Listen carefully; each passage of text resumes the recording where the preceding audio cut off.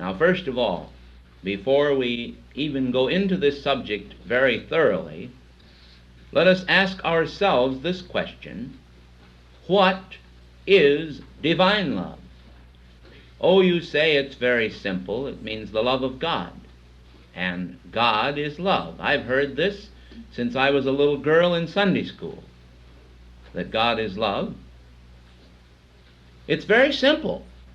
But let us now ask you this question: is it really as simple as people say that it is? I think it may be simple, that is, the idea of divine love, but apparently people have different ideas of just what it is, and therefore it is not simple in the sense that there is no common denominator in the minds of most people as to just what divine love is. People often feel that any love, any feeling of kindness toward another person, or even toward themselves, is divine love. Some people feel that love for nature is divine love. Now mark you well, I did not say that it was not. I did not say that divine love was not love for nature. I did not say that divine love was not love for your fellow man.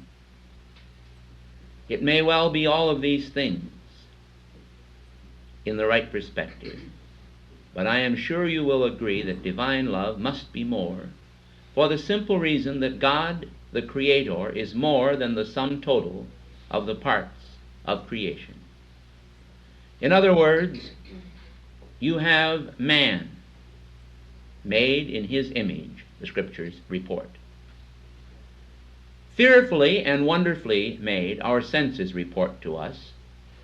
For as we examine the fabric of our physical body, the way it functions, we realize that it is a work of art in itself. The in-breath of the atmosphere, the exhalation of impurity, the constant re-energizing and recharging of the body by the intake of food and air and water. These speak to us of divine love, because divine love has wrought well in our body. And today we're living in a time when people identify very much with their body.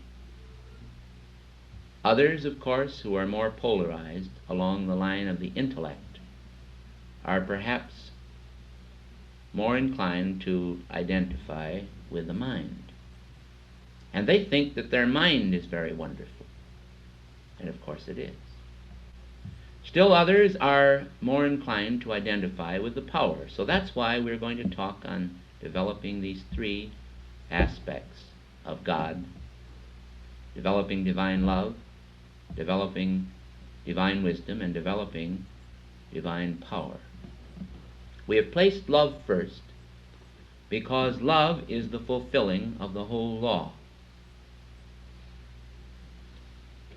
So then, when we begin to ask ourselves just what divine love is, we see that it is much more than just a feeling.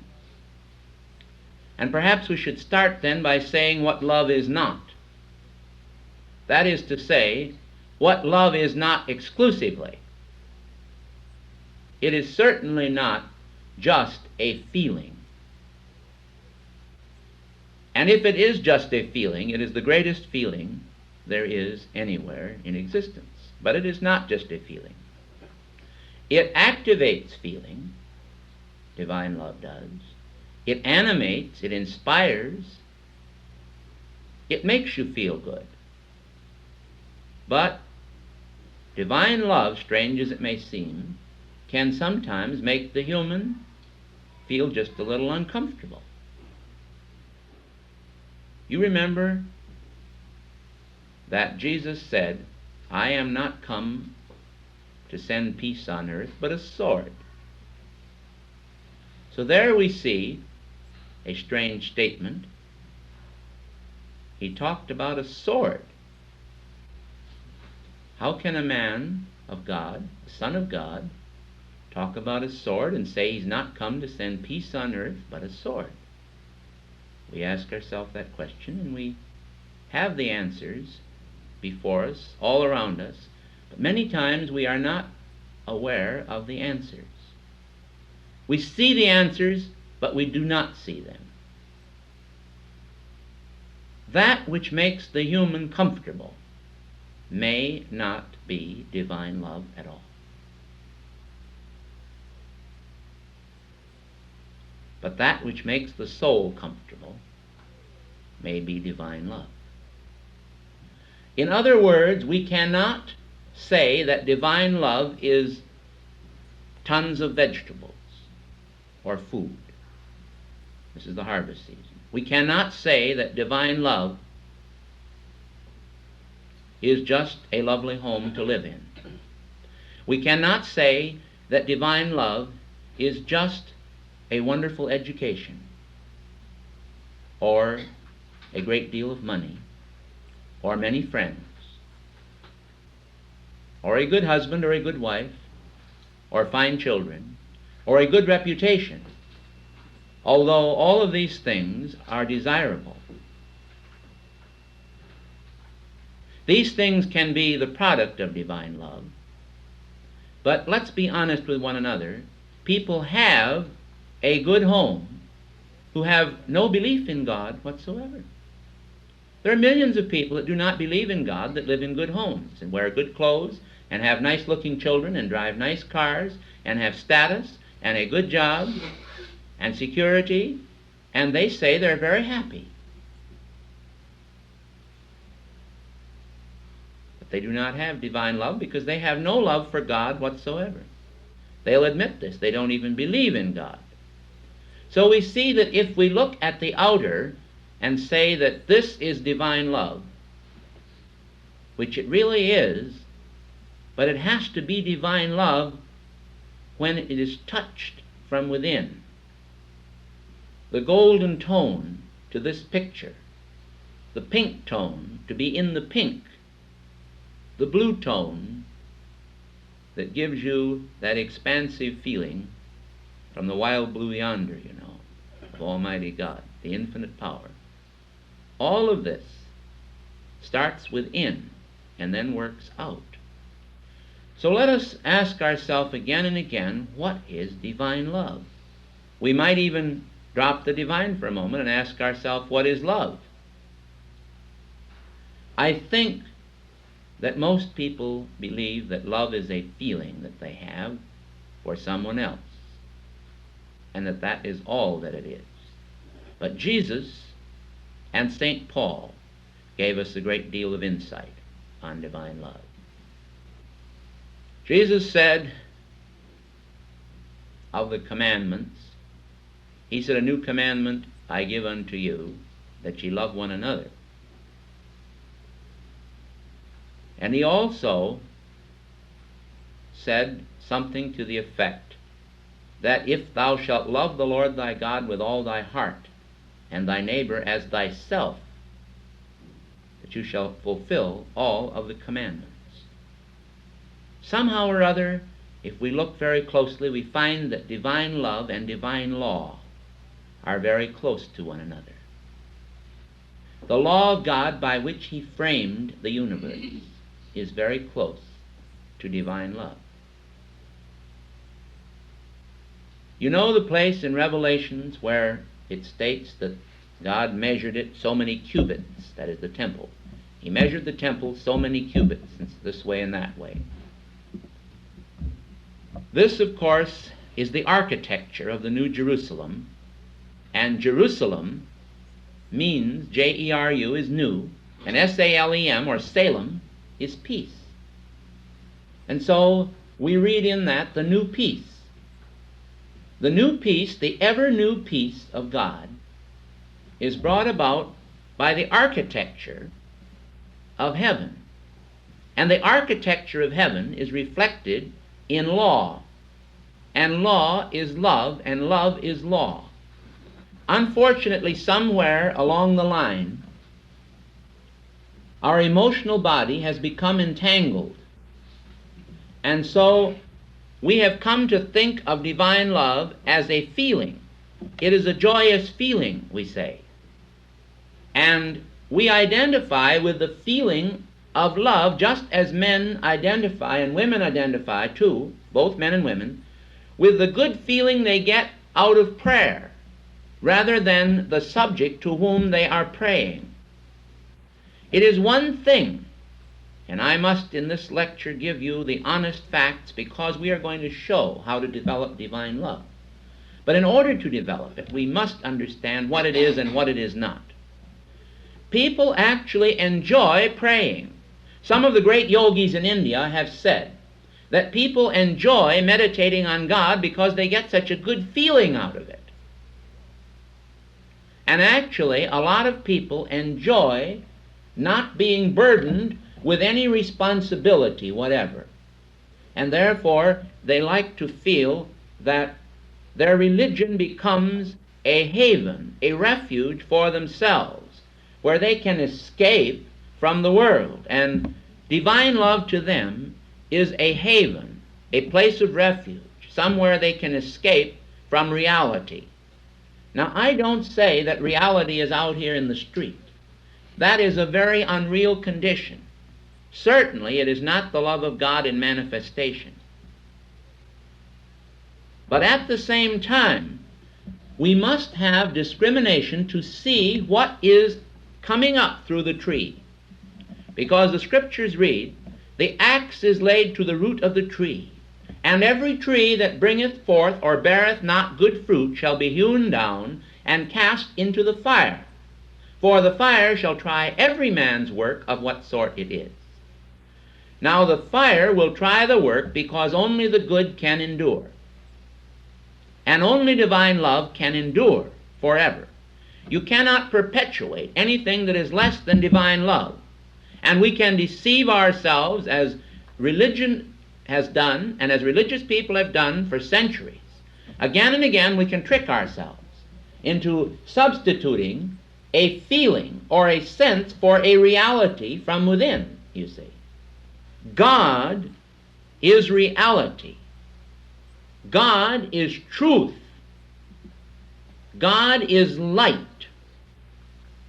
And the love of God is the love of truth, and the love of light, and the love of grace and graciousness.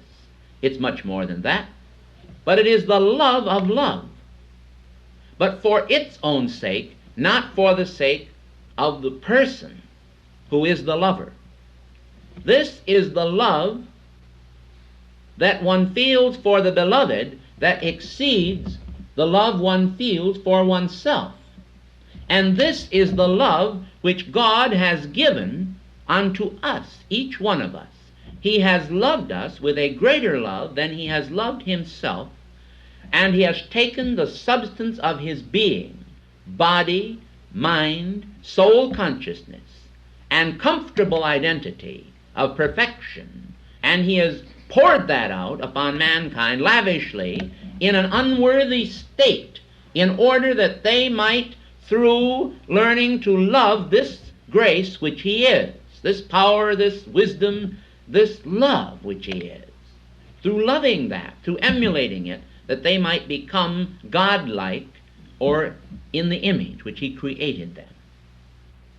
Man is not manifesting the life of in the image of God, created he him. Man is manifesting an image of his own creation which stems from a lack of divine love and an externalization of selfishness. But men are not aware of that selfishness. They think that they are selfless. Again and again we find man creating laws which he then lives by, and believes that these laws which he has created and lives by are God's laws, because they have become translated through his mind and feeling into a reality which is not congruent or does not correspond with the reality that others have, so that you have schisms and splinters and divisions all over the world from the very beginning of time. created in the name of religion and in the name of God, whereas there is but one reality, and this reality Jesus declared. This reality Saint Germain declared. This reality Moria declared. It was this reality that Moria searched for when he came as Melchior to the feet of the babe, the Messiah. And it was this reality that gave the elixir of life to Saint Germain, that he was able to endure century after century, because he drank of the cup of true divine love, which endures. Nothing can endure forever except that love of God. All else must pass away, because the moment you drop down to become a lesser object than perfection, you immediately drop into what we must call transition, or the realm of change, and that is all death is. Death is not real. Death doesn't really happen. If it does, then every night when you go to sleep you die, as Saint Germain has pointed out in various ways. St. Paul pointed it out, perhaps the best way, where he said, I die daily. And so people do die daily. They die to conditions that they are unhappy about, and they die also in the sense of passing away from consciousness in the hours of sleep.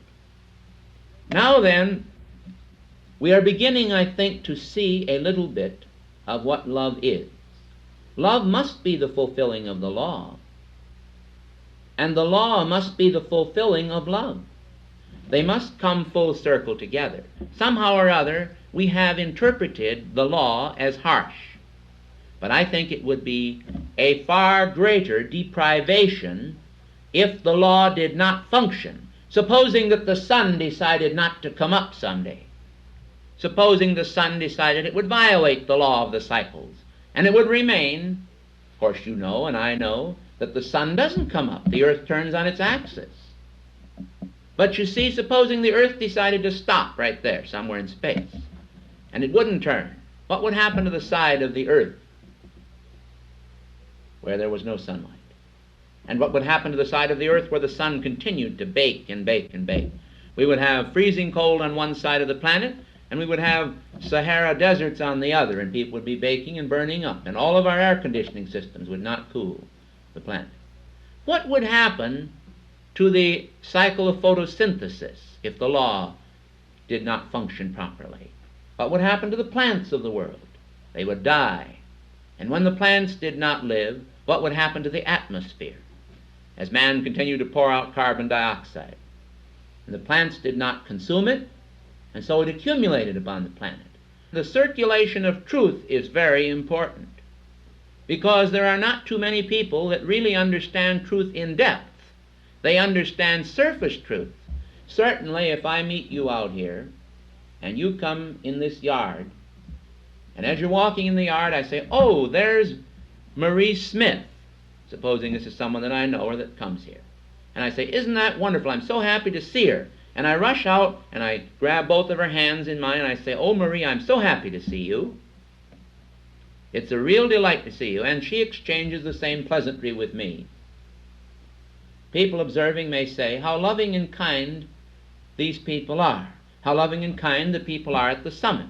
Well, this is a casual observation.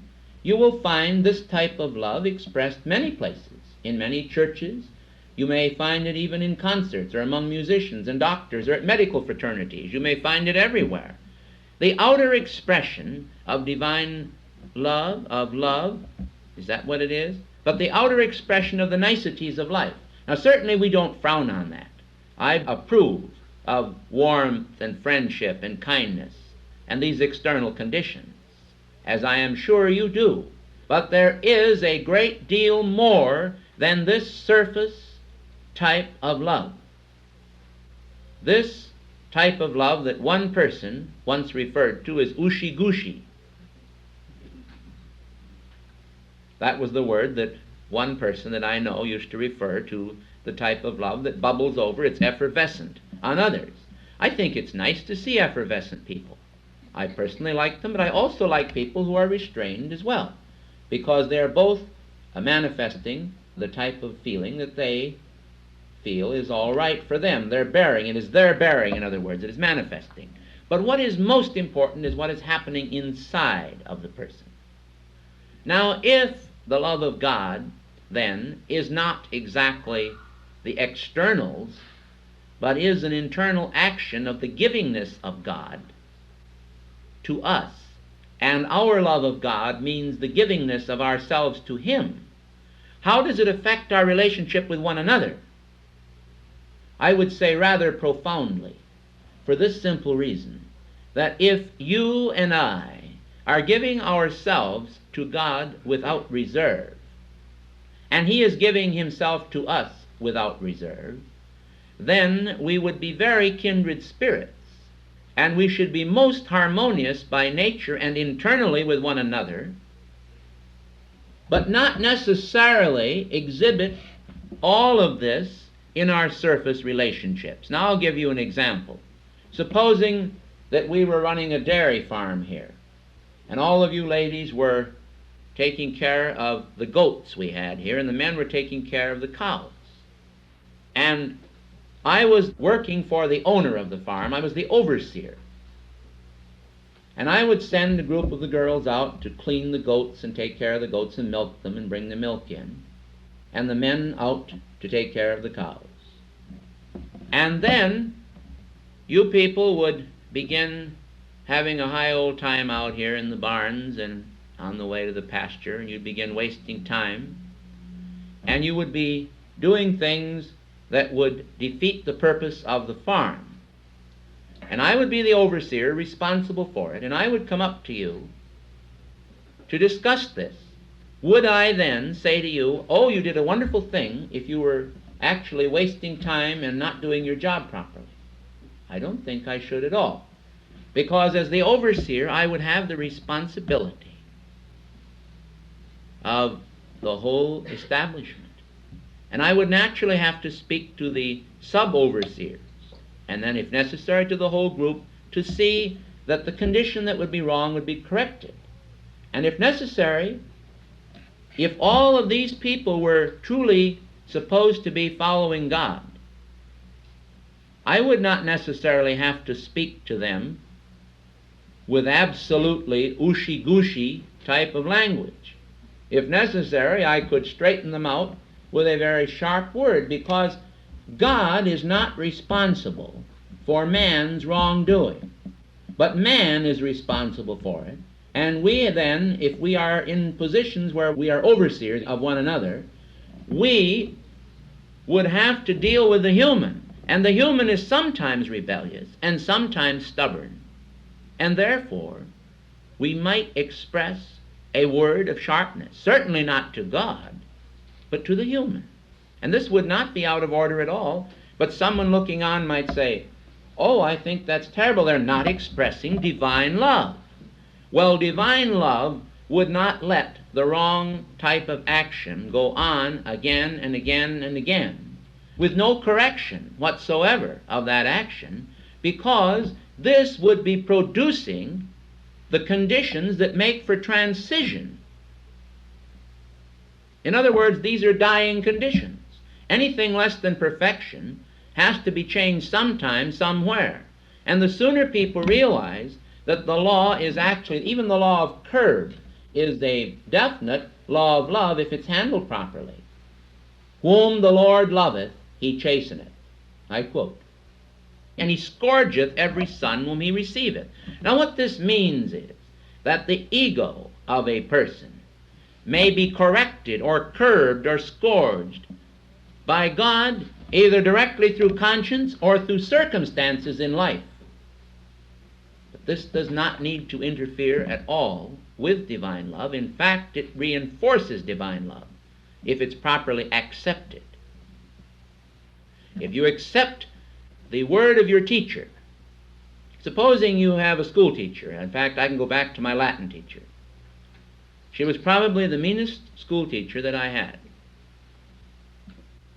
Yet I learned more from her than any other teacher I ever had, because she made me work. And I was just a bit frightened of her. But I one time had a talk with her in private. And I learned that she was really a very loving person underneath it all. During World War II, I served under a Captain McVicker, who was of reputation the type of man that is very severe, and almost the entire squadron was completely afraid of this man. Their whole being was filled with fear. I had a private interview with him, which I sought, and he assisted me in finding my way out of a very difficult problem, as a father would a son.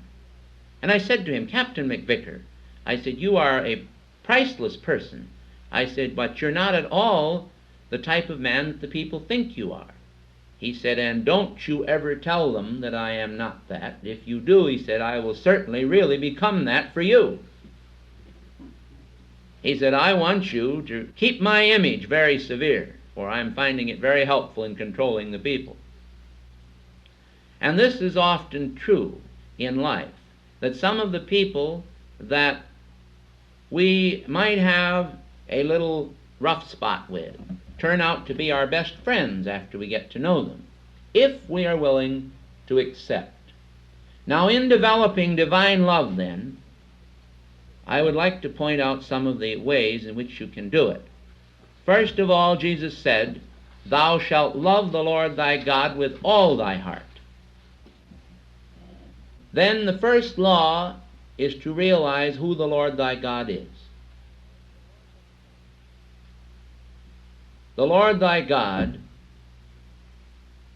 is certainly not external, but is the true being of man, the true creator of man, the true I am presence, in other words. And what is the I am presence? Notice that I am is tied to the word presence.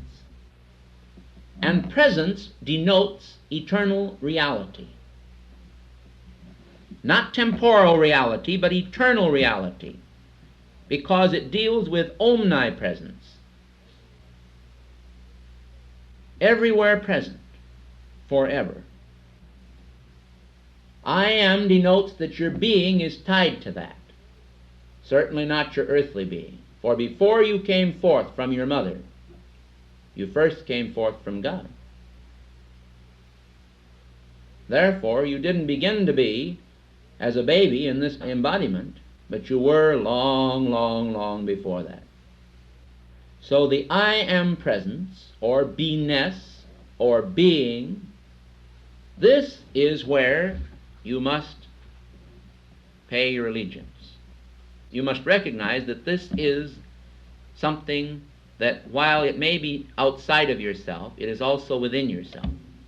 You see what I mean? The threefold flame of that presence is anchored within you. It must conform to the chart, because the chart has the pattern, you see. No matter how we try, we can never get away from the pattern of the chart. It's accurate, it's correct. So we must turn to God and recognize our presence, our I am presence, as our God. But we must realize that the individualized I am presence is the symbol of the I am presence from the great central sun, the universal I am presence. And that is our God, the God of very gods. You see, you have the I am presence individualized, and that is the focus of God for you, the divine image.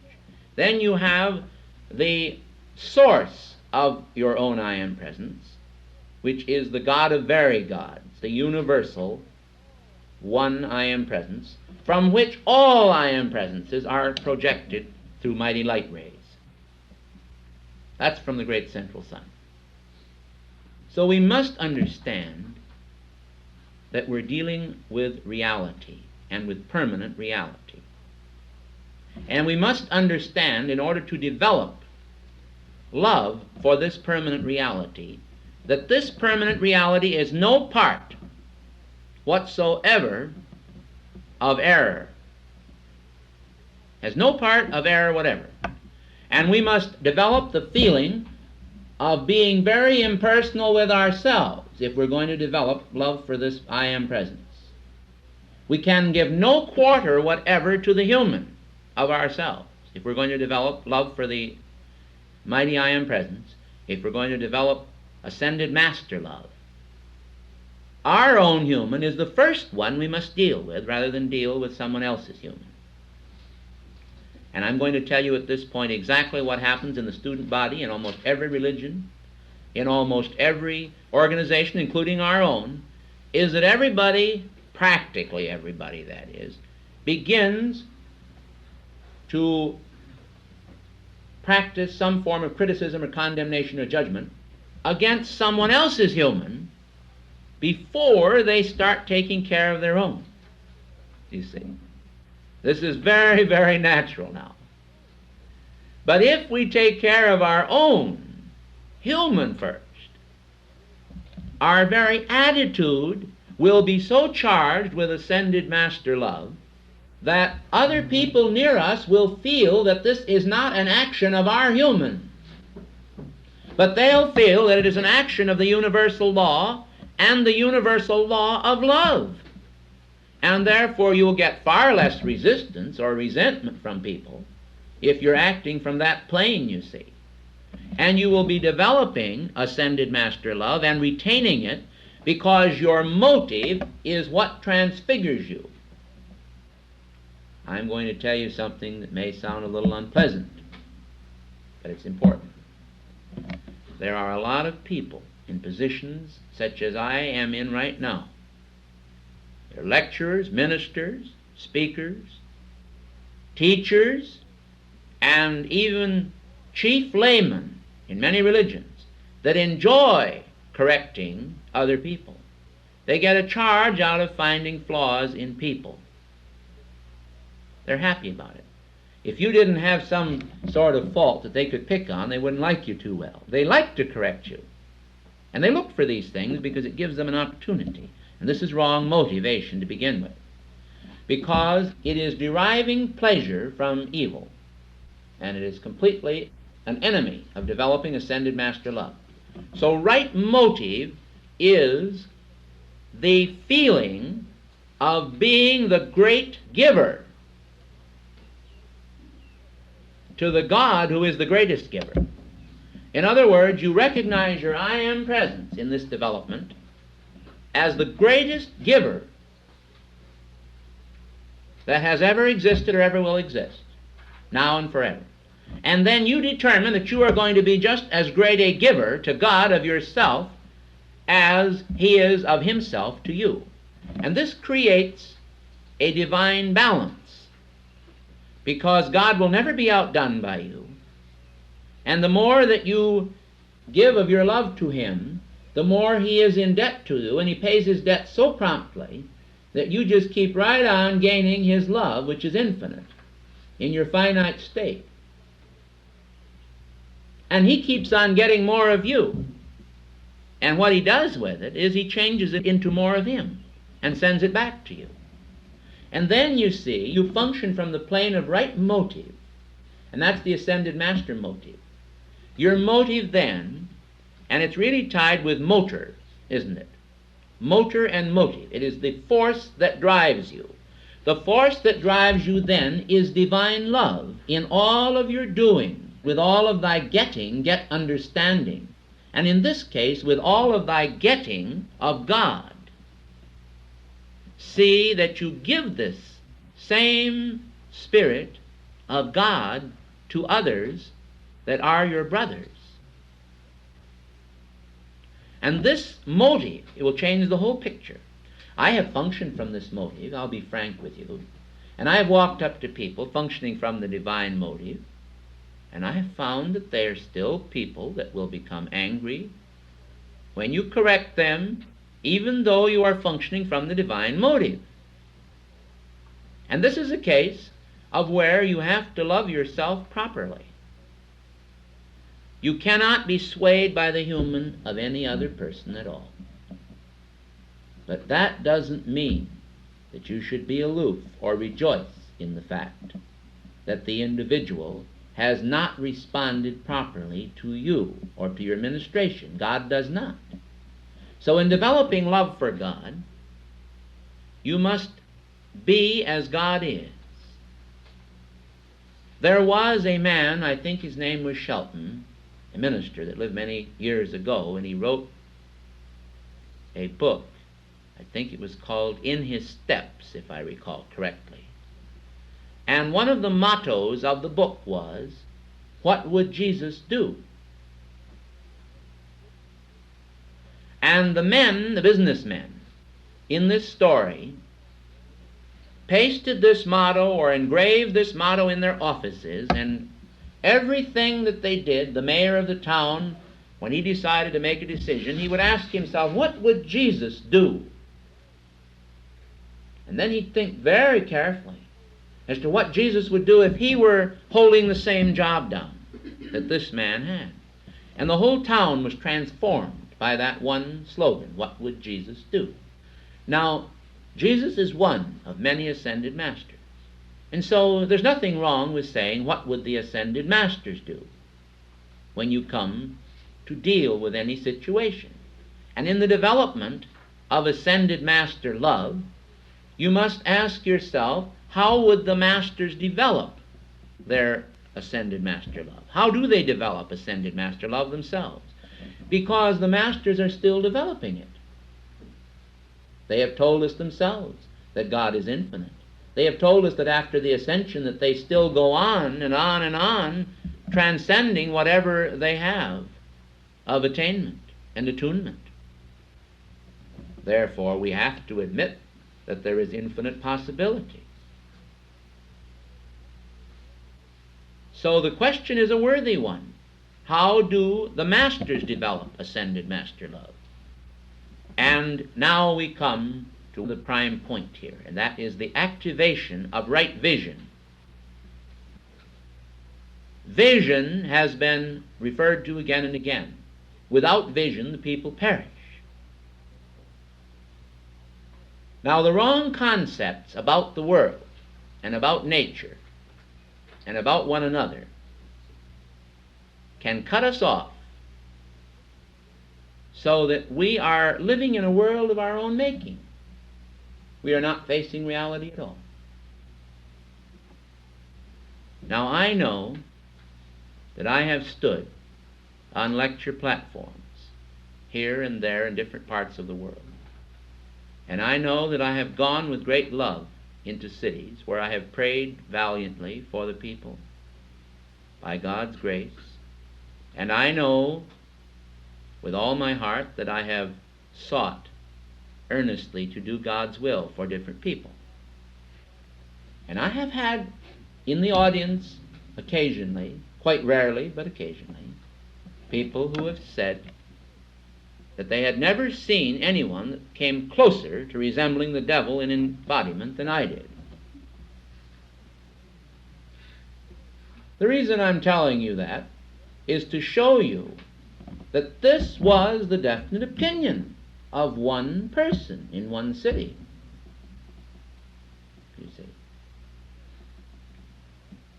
Now then, I have also had them where they glorified me and singled out some member of the audience or someone that was associated with the activity or some other religious leader and came to me and said that they were the devil in embodiment. Well, I have checked into many of these conditions quite closely, and I have found out that there are a lot more good people that are trying to do well than there are people that are trying to do ill. And most of the people who do ill are misguided people. But the fact remains that they have the wrong vision. And therefore, it is important that we get the correct vision about the masters in order to develop the love that the masters have. One of the qualities that many people admire in the masters is their domination, supposedly, over outer conditions. I'm supposed to walk over here, and I just disappear in a puff of smoke. See? This is what we call the sense of the miraculous. They feel that the masters could do that. The masters could go over here and disappear, and reappear at will. And they are in love with this idea for themselves, because their imagination is stimulated by it. Perhaps when they were little children, they played at this game of I'll go over here and disappear. And it gave them a feeling of elation, but it's an egotistical feeling. I know that I shunned this attitude for many years. In fact, if I may be permitted this reference, I didn't know who I was in a previous embodiment when I started my studies under the Master's direction. I had no knowledge of any of my embodiments at all. And so I said to the Master one time, I said, "You've never told me who I was. I don't know anything about my past lives. And I'm not going to ask you to tell me. When you get ready to tell me, you will. And if you never tell me, I'll consider perhaps it's a wise thing, or you would have told me." And I just simply dismissed it from my mind, and I left it in God's hands. I did not probe it. And then one day, the Master began to reveal one embodiment. And I was rather pleased. And I thought, well, that's really amazing. Very amazing. Well, then he revealed another one. And you know, in a very short space of time, I had 7 or 8 embodiments revealed. But you know, at the time he revealed it, it didn't make too much difference. I had outgrown the idea of that as being too important. And I had gone on to other ideas.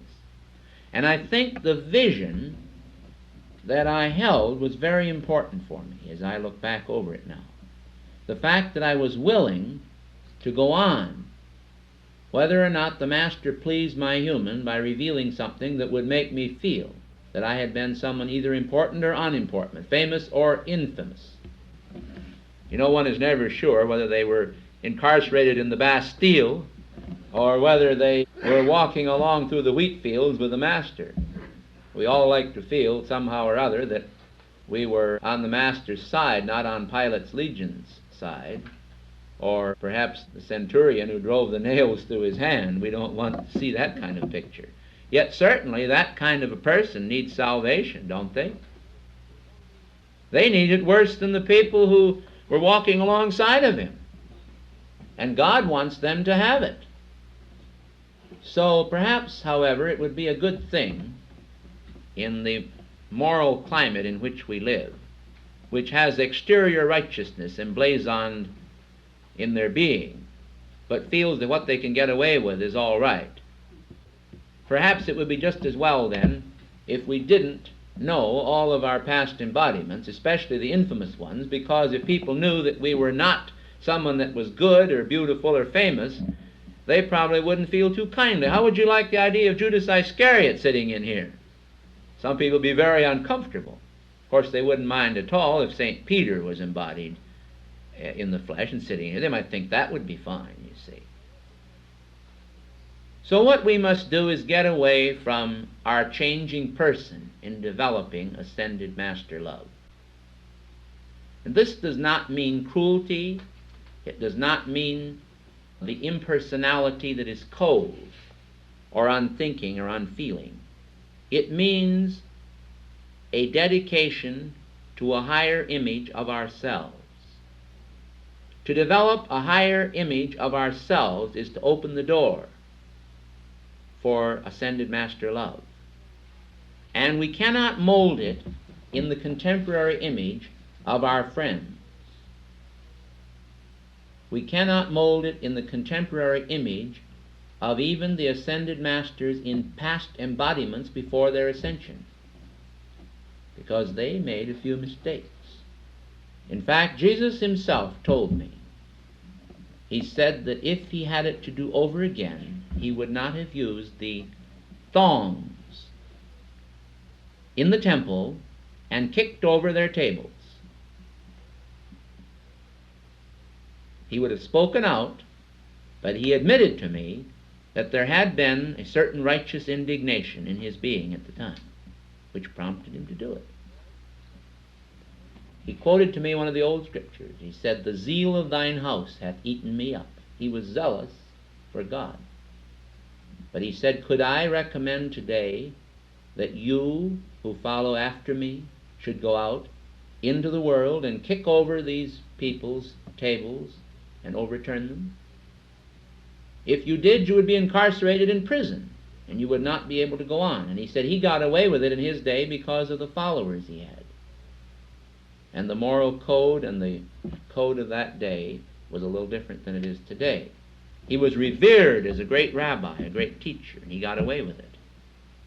Today, of course, Jesus would have been locked up in Queens Jail or in Bellevue in New York if he'd gone down the streets of the boroughs there and started kicking in the established business places. I remember I was with Elizabeth one time up toward Rochester, New York, and I saw a car dealership up there that is occupying a church.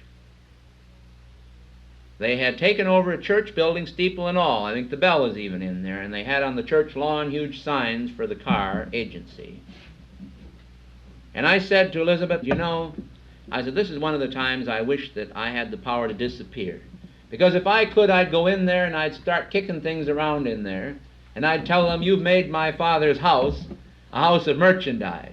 And then I said I'd disappear afterward, because I wouldn't dare, I said, to have them after me, because they'd lock me up. And this is true. You couldn't get away with it today. But the Master showed me that he himself would not recommend this type of conduct today. Let all things be done decently and in order. Doesn't mean you can't abhor the things that are evil. Doesn't mean you can't speak out against it, but you have to do it in a proper manner, in what we call a Christ-like manner. Without vision, the people perish. We must be transcendental about this. The Masters will be the first to admit that crudities of the past were refinements of the past. In other words, today we would consider some things crude, and yet they were the refinements of that age. Some of the refinements of today will become crudities of a future age, perhaps. We must remember, then, that in developing ascended master love, the vision must transcend itself. And it is not, then, just a feeling of good, but it does produce a feeling of good. It really does. But it must be more than the feeling. It must be a tie to the present in action through us. It must be a conscious tie, because that enhances it all. But we must understand what the presence would do. We ought not to be blind to what the presence would do. We must call for a revelation of the presence. I remember one time when this organization first started, I said to Master Moria, I said, if only I had $1 million, if only I had 10 or 15 people that I could depend on the staff, if I only had this or had that, oh, we'd do wonders. I want to tell you something. I have learned that the mere acquisition of dollars in itself is not nearly as important as learning how to spend that money to get the best results with the money that you have. And the Master started me out with pennies. And then the pennies became dollars, and the dollars became tens, and the tens became hundreds, and the hundreds became thousands, to be used for his work. But I would not have known how to handle it at the beginning. I wouldn't have known what to have purchased. My sense of values would have been wrong. And I've learned an awful lot over the past few years. When a dollar should be spent for advertising. How you can use it wisely. For example, take this property at Beacon's Head. This very house here. We would spend 3 times what we're spending for this house if we were to go out and have Elizabeth and I live separately as a lot of pastors do, live in our own house and then have another building for the church and then have another building for the printing press somewhere, an office building, and then have another building for to house the staff in, or have them living off somewhere else separately. We effect a tremendous savings. In fact, it makes it possible. And we have a much better place here, you see. So wisdom comes in many ways. And also the people. I would not have known what to do with the people. It's a very strange thing, but you take the development of a business form, a record, the record-keeping parts of an organization like ours.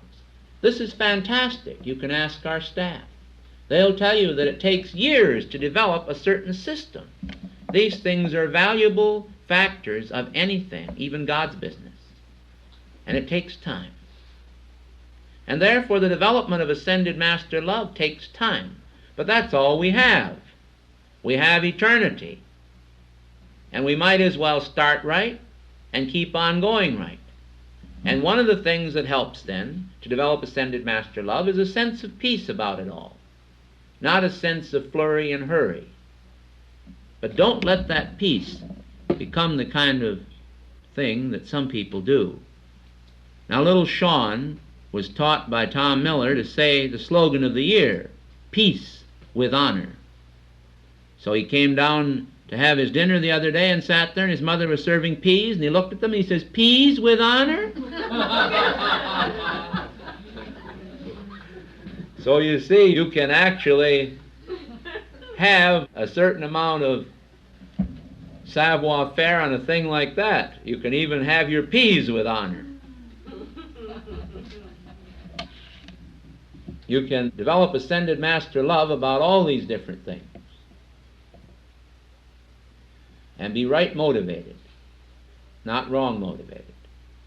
There's a right way and there's a wrong way to do it all. And I'm sure that God will speak in the heart to us if our motives are pure. So let's have peace about it all, but let not that peace become the type of peace that is complacency. Let's not be complacent and say, well, I've always done it this way. I talked to a man the other day who is connected with an organization that he knows. At the time that he spoke to me, he knew it. He said he knew it was tied to the false hierarchy. They were imitating the ascended masters, but they were not practicing it. And I said to him, why, in the name of God, do you stay in anything like this when you know what we are standing for? Well, he says, I started with them. And I don't like the idea of change. Well, there's going to be an awful lot of changes wrought inside of all of us before we attain perfection, unless we're already perfect. Now, if you're already perfect, and I'm already perfect, we don't need any changes then. You can't change perfection to anything higher than perfection. You might be able to have divine transcendentalism. God may improve himself, in other words. But at the same time, you can't improve once you get up there into your ascension. You can't improve on that. And we're not up there yet. We're down here. Whether we're here to teach, and we're already perfect, but we're just teaching perfection. That's the only reason we're here. We all like to think that, We like to say, well, I'm one of the guardian spirits, that are down here. Everyone wants to be like at the masked Halloween ball that they had in Chicago. They called it a reincarnation party. Everyone came dressed as they were in their last incarnation, and they were all kings and queens. There was no common people there at all. But let's face it, we're not kings and queens, and we're not all knaves. We have very, very splendid people in the activity, but we must learn to face the reality of ourselves. We must learn to capture the divine vision of what we shall be. I think it was St. Paul that said, now we see through a glass darkly, but then we shall see face to face. Now we know in part, but then shall we know even as we are known. And it is important to realize that the then, T-H-E-N, then shall we know, is the key. And it also can be asked as a question, when? Then or when? See? When is the then, in other words, that this is going to happen? Now, of course, right now. The eternal now. that is the same yesterday, today, and forever. The divine image, the magic of the I am presence. And you, as children of God, must capture the vision of what divine love is, and then outpicture what you see. This is going to change. It won't all be understood at once. The masters have admitted that understanding is evolved. And what does evolve mean? It means E for energy, and this is almost always true universally. E for energy, and volve from the revolve. It means to turn. Energy to turn. In this case, it is energy to return back to God from whence you came. It is the evolvement, the evolution, the turning of the soul within the field of energy so that it is moving forward toward the goal appointed by Almighty God. And you can't be what you can't see. If you can't see God, you can't be God. Therefore, the whole thing is the Vision, V-I-S-I-O-N. See? The victorious I, Son. To realize that you are the son of victory rather than the son of defeat. To realize that your purpose is the purpose we stated first. The purpose of ascended master love. That is your purpose. Be specific. Make yourself identify with the purpose. Today, people identify with ethnic groups. They identify with creed. They identify with race. They identify with family and circumstance, poverty and wealth. They identify with even feelings of fear or feelings of false security. I don't know if you know it or not, but there's a lot of cults today in the religious field that actually encourage people to become ostriches. They want you to keep your head down in the sand, and you say, over and over you affirm, there is no other reality but this or that, you see. We are 100% in favor of affirming divine reality. But you have to have the discrimination that Christ had himself when he looked at the fig tree that was barren, and he said, let no man eat of thee anymore, ever again. If you can't have discrimination to know the difference between good and evil, how in the world are you ever going to eschew evil and cleave to that which is good? You have to know in yourself and in other people what is good and what is evil. Otherwise you might join the mescaline cult. Maybe you'll turn around and start taking some of these drugs that are going to give you hallucinations of floating around in the Mayan realm down South America, or floating around having visions and psychic experiences and beautiful colors. You know, they don't tell you about all the other side effects and the changes in personality. I talked with a woman out in the West, and she said, everything is good. I said, yes. And then she went on to cite some more, and she said, that's good. And I said, yes. And it reminded me very much of the story I heard several years ago about the Chinese and Japanese having a war, and how the Chinaman was in his laundry there, and the Jap came in and said, we had a big battle last night. Big battle. He said, we killed 4 Chinese for every Jap that was killed. Don't you think that's wonderful for us? Chinaman says, yes, very wonderful. A few weeks later he came in with his shirts again. We had a big battle, we killed 2 Chinese. Or 3, I think it was 3 that time. Don't you think that's good? Yes, pretty good, pretty good. Came in a little later, he says, we killed 2 Chinese, he said, for every single Jap that was killed. Don't you think that's good? Yes, he says, with a big wide grin. Very good, he says. Pretty soon no more Japanese.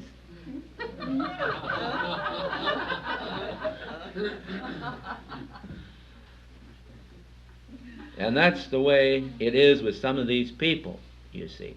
They try to create the illusion that everything is good. This woman told me, after I'd had a very galling experience, it was a case of being invited to a party where I was supposed to be honored because of the work I'm doing for the masters, and I found that instead of being honored, that I was being dishonored by attempts to involve me in human argument.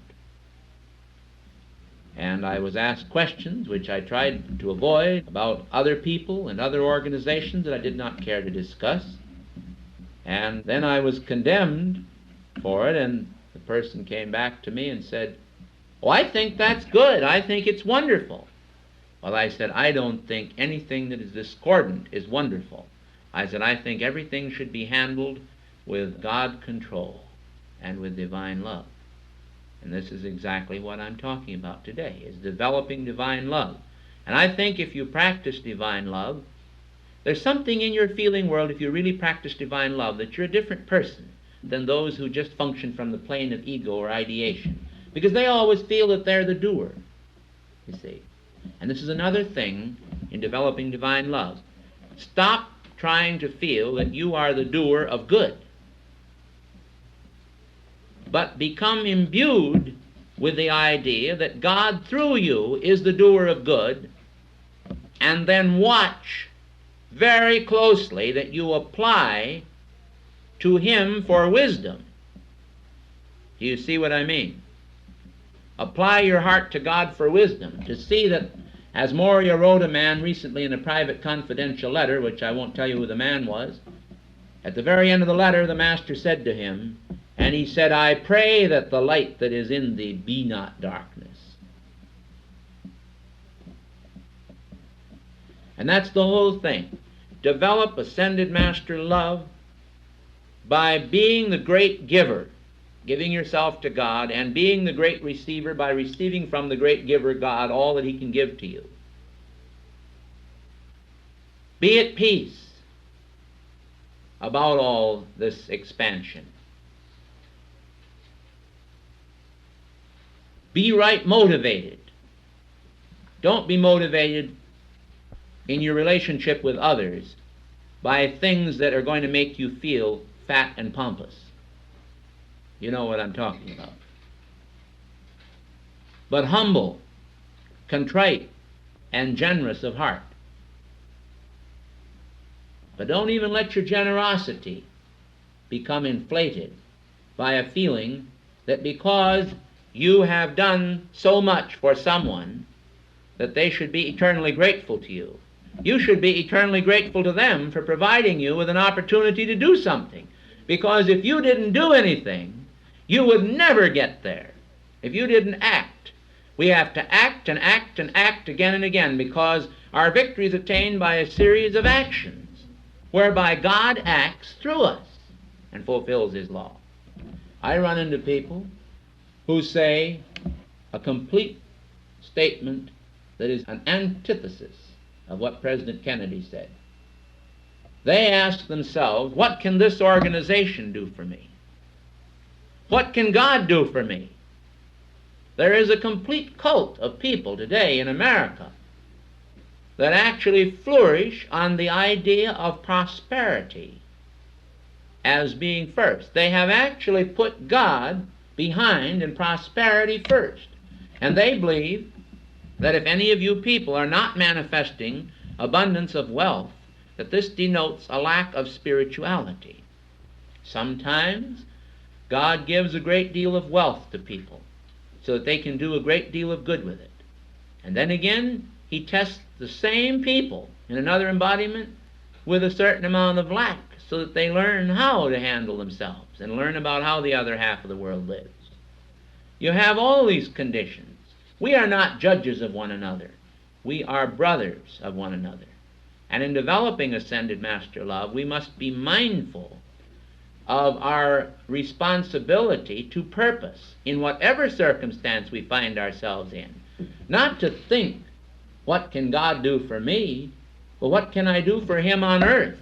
It follows as the day, the night, that when God Himself sees you thinking how you can spread His work, spread His word, make the world more beautiful, love nature more by appreciation of nature, Study to show thyself approved unto God, so that you can understand more, that God is going to shower more wisdom upon you. God is going to bless you. You are going to develop ascended master love. But it will not be a light that is within you that becomes darkness, but it will be a light that is light and gives light to other people. And then God will be glorified in that. We can't do it from the human level, but we can try.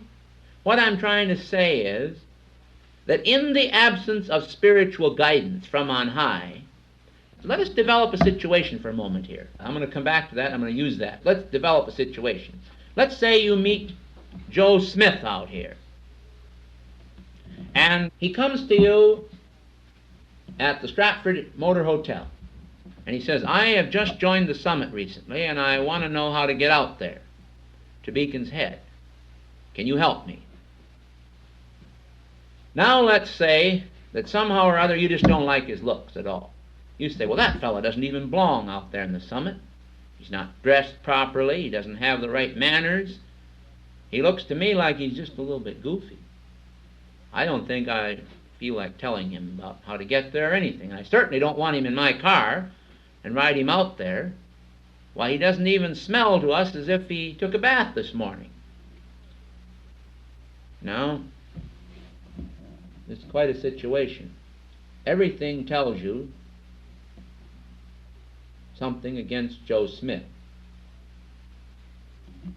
Now, how do the masters regard this whole situation? What would the masters do in this situation? He wants to know how to get here. What's going to happen to you if you take him out here?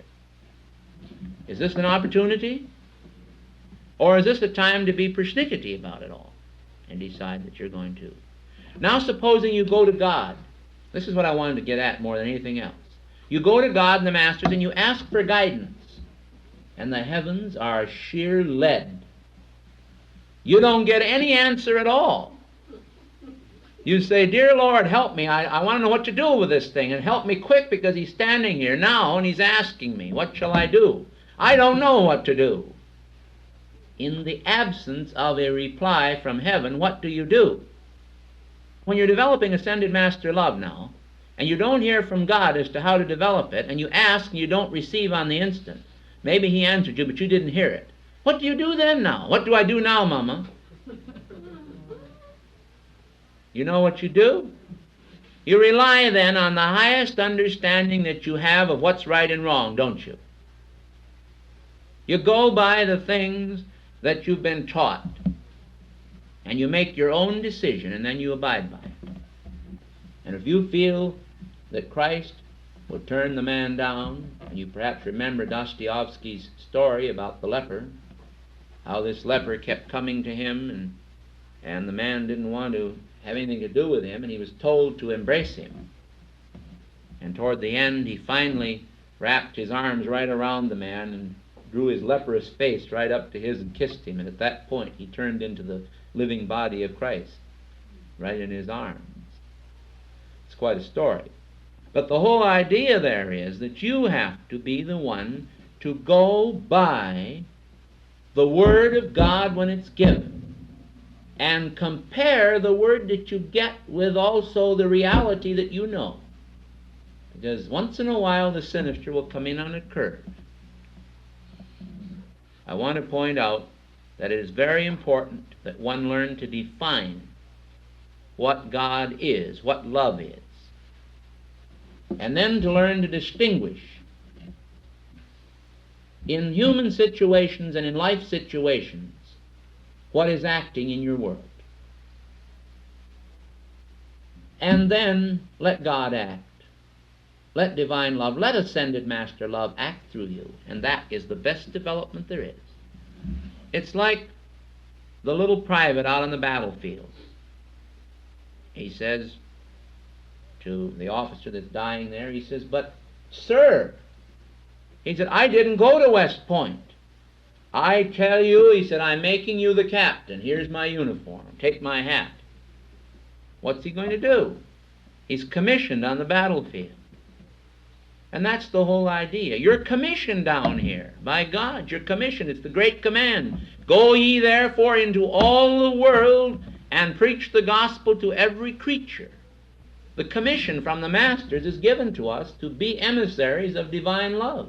We can't get away from it. Maybe you say you're not as thoroughly trained as you'd like to be. Maybe you sense some lack in your world. What difference does it make? The Master says, look, I'm giving you the commission now. Go and be that which I am. And in this case, the best way to develop divine love then, the best way to develop ascended master love is to act the part of the Master. It's a sort of a vicarious at-one-ment. Being in the framework of what a master would do. What would the masters do right now in this case? Begin playing the role of the master.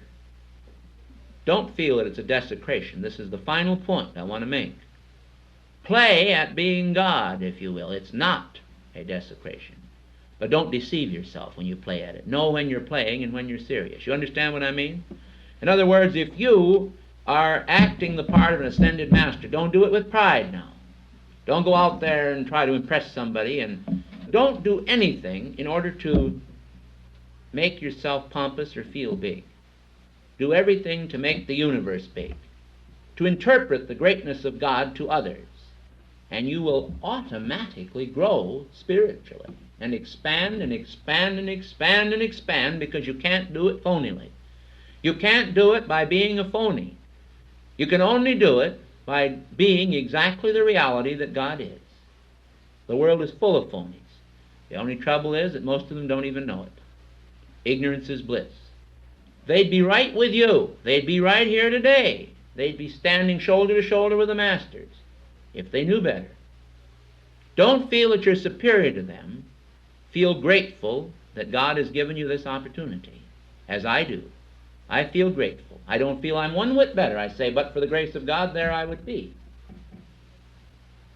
And you know, if you will continue to feel this way, you will have so much light ultimately that it will rub off and rub off and rub off on these people, and more of them will start coming in. What have they got? They've got something. I know they've got something. There's something different about them, and it's quite wonderful. We hear from the hotels at different times. They'll say, you have such a nice group of people. At the Dodge House, they used to tell us what a wonderful group of people we had. There's something different about your people. They're so friendly and yet reserved, and they're courteous, and they're just grand people, and they seem to have something. What is it? Curiosity.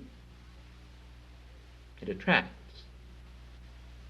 And ultimately, we ourselves as an organization expand. Ascended Master Love will do it. Nothing else exceeds it. But it has to be real Ascended Master Love, and that's why I opened this talk and started out asking what it is. What is Ascended Master Love? Because people have so many ideas about what it is that I felt it was very important to define it.